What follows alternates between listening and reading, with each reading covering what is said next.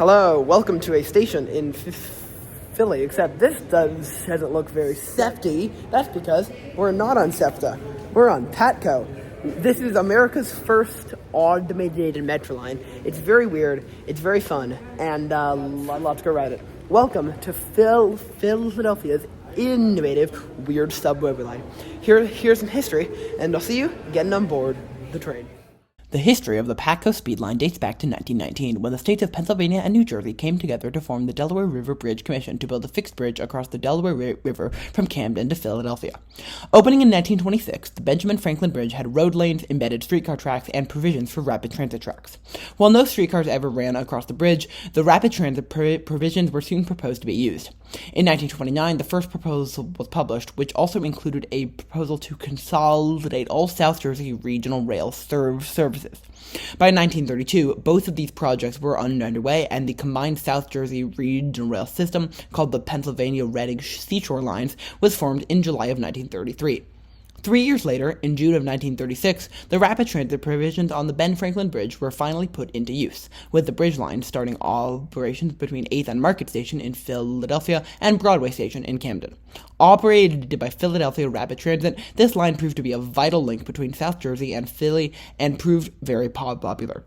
However, due to low ridership, Franklin Square Station closed in 1939. In 1949, a unique service pattern was introduced, with trains running from Broadway and Camden to 8th and Market, then reversing north on the Broadridge Spur to Girard Station. However, in 1950, work began on reconstructing and extending a World War I-era tunnel from 8th and Market south to Locust Street and then west along Locust Street. While this tunnel was built and reconstructed by the city of Philadelphia, Bridgeline trains, which at this point were owned by the Delaware River Joint Commission and operated by the Philadelphia Transportation Community, the immediate predecessor to SEPTA, stood to benefit. So when this tunnel opened in February of 1953, it was Bridgeline trains that were extended to 5th, 15th, 16th, and Locust Station, making the Philadelphia section we know today. In April of 1952, Franklin Square was also reopened, though it reclosed later that same year.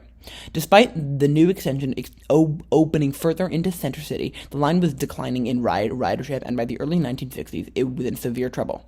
However, through President Lyndon Johnson's Great Society programs, specifically the Urban Mass Transportation Act of 1964, the bridge line was selected to be extended and modernized. Work took place throughout 1968, and in February of 1969, America's first automated metro line opened, renamed to the PATCO Speed Line. What was an old, decrepit line that was struggling to survive in 1968 became an incredible, fast, modern, and automated train line. Franklin Square reopened in 1976, and a new station at Woodcrest opened in 1980.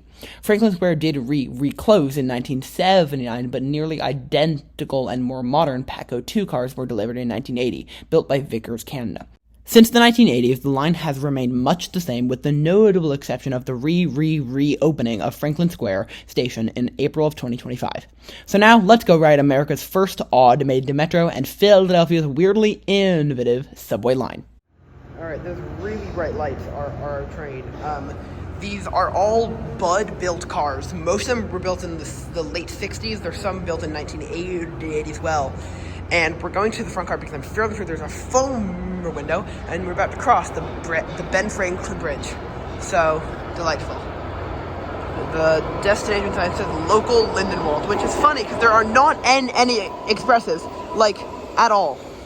And it does look like there is a foamer window, which I'm delighted about. Alrighty, so let's hop on board PATCO. Yeah, it's a very commuter-oriented layout, and there's even a foamer seat. It's not as good a view as SEPTA, like on the Phil Line 5. It's still very fun. Alright, let's start this with a foamer shot over the Ben Franklin Bridge. Okay, so this is a voiceover of Franklin Square Station, which is currently now open. It opened on April 3rd, but I filmed this video back in January, so it was not open when I filmed this video, but it was quite close to being done, and as you can see, it just looks like every other PATCO station. I think it's good that they reopened it because it serves Chinatown quite well, and it offers a second connection, like, to the old city area. I guess we'll see if it closes again in 2028. But yeah, that is Franklin Square Station, and now the Ben Franklin Bridge.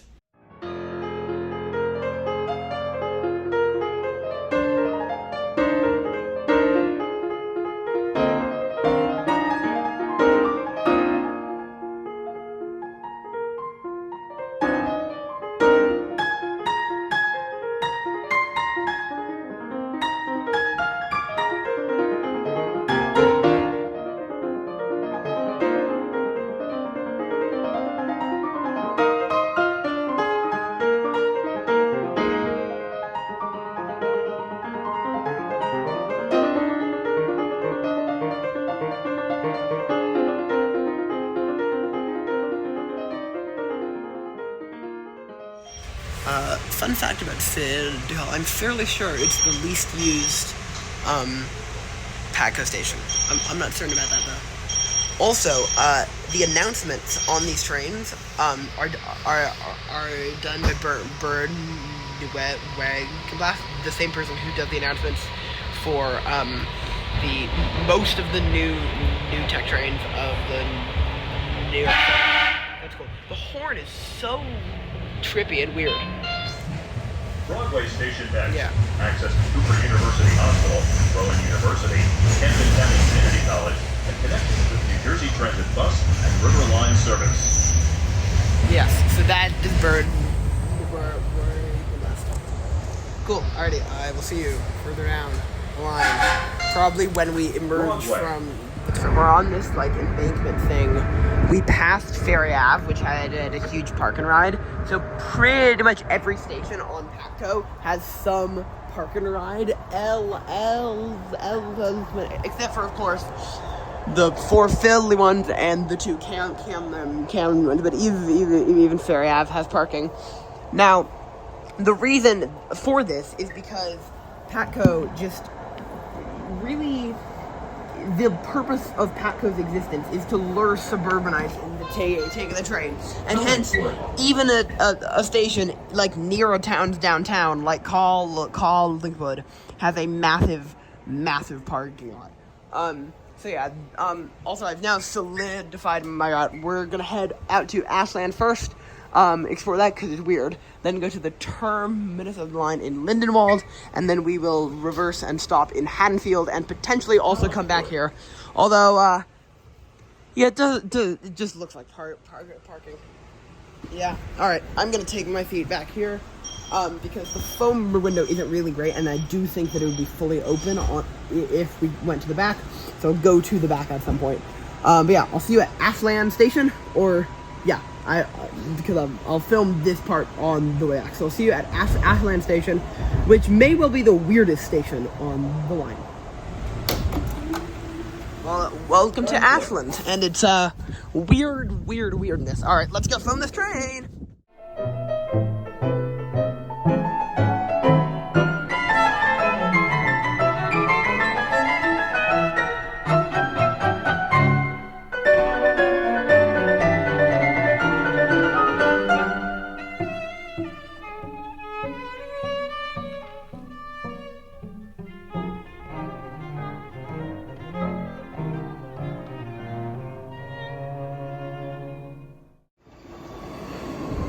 Alrighty, this is the train heading back into Fifth. So this is the Ashland Station. You see, we are surrounded on all sides by parking, but it's like quite literally nothing but parking, which kind of begs the question: why is there a station here? This is kind of the weirdest of the great society metros, those being the ones built under the presidency of Lyndon B. Johnson. So other examples are the DC Metro, kind of BART. This it's like the big suburban metro systems. I'm gonna pop out here. Apparently an NJT bus serves here. Let's tap out. So we are here. I highly doubt an NJT bus serves here, because we don't seem to be in very NJT friendly territory. So this is my first time stepping foot on South Jersey soil. Yeah, it's just parking. Like, there's not even any, like, businesses. It's, like, thousands of parking spots and then some houses. Just, like, it really begs the question. PATCO, are you drunk? Like, PATCO seems to be very much car-oriented transit. I mean, this seems like even somehow worse than Go Transit in Toronto, which is another video that won't come out for 2 months. But yeah, this does not seem very good. Like, it in fact seems very bad. So yeah, Ashland Station is gonna get a 4 out of 10 because the station itself is fine. It's a good station. It's fine. The land use is somehow like the worst I've ever seen. It's just crazy. I'm shocked how awful this is. Yeah, Ashland got to get the 4 out of 10. Alright, we're at Ashland and okay. The rear seat is still blocked off. Alright, well I'm glad we're at the rear because in theory we're fine, because in theory it's 2 minutes to 50-60 in the Locust, so it'll be a 3-minute connection. In practice, I don't know. And by fifth, I mean Lindenwold. Okay, yeah. The back. Last car, quiet car. I'm gonna shut up. I'll see you at Lindenwold. Welcome to Lindenwold. That train is leaving with a not-in-service sign. 15-16 Locust, 2 minutes. I think this is the train back.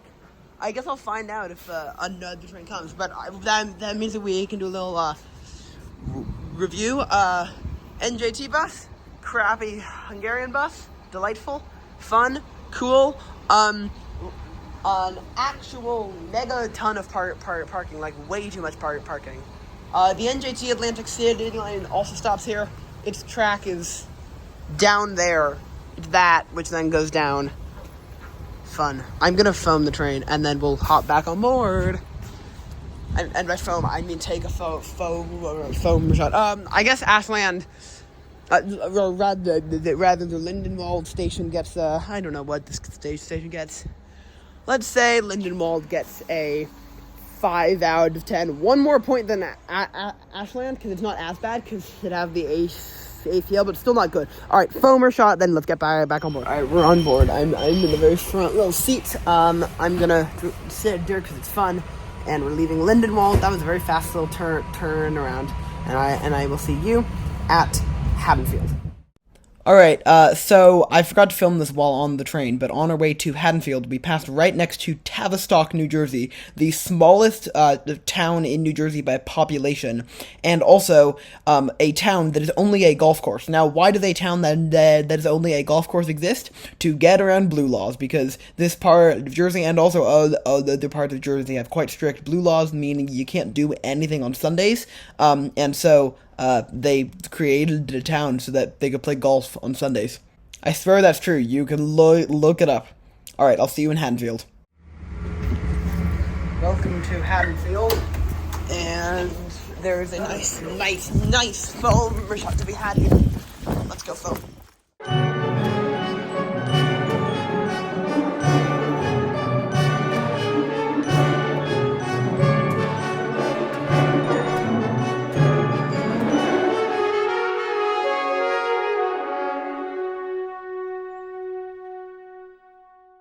Okay, so, welcome to the main street of Haddonfield. I'm not sure what this is actually called, but it is a very nice little strip. I mean, it kind of reminds me of just like a New England downtown. It's just nice. It's cool. Unfortunately, I can't stay long here. Essentially, off of the next PATCO train, if I run, I can maybe make a connection to get to, the 101 on time. And I kind of want to ride the 101 because it's like my favorite transit line in the country. And I think I hear the ACL going by.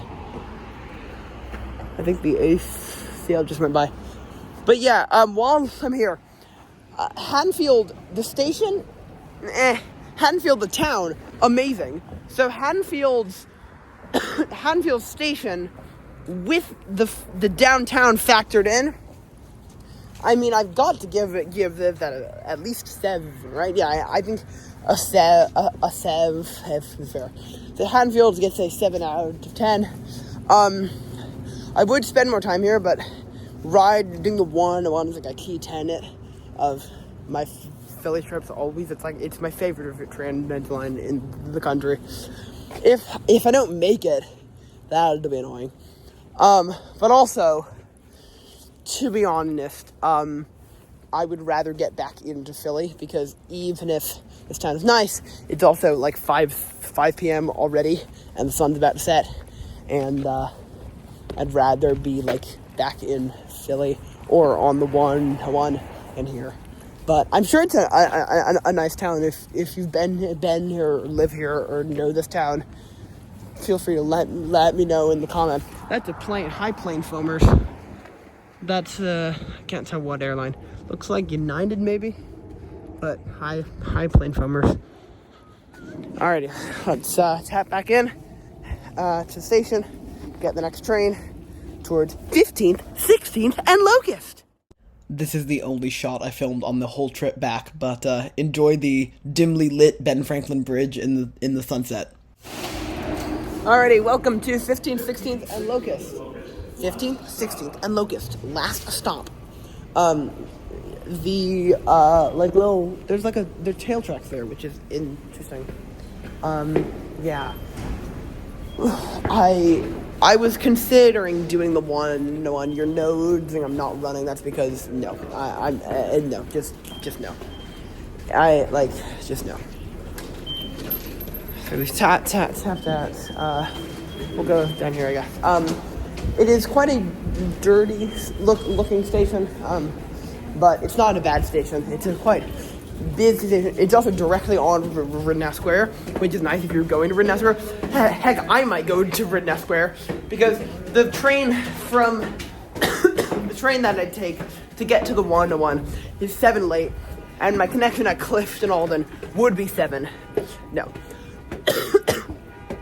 So yeah, with that, thank you so much for watching this video on PATCO, Philly's innovative and weird subway line. I hope you enjoyed, and I'll see you next week. Bye-bye. Alright, as a little outro treat, enjoy this heritage trolley foaming, and also if you live in Pennsylvania, contact the governor, contact your legislator, and tell them to fund SEPTA!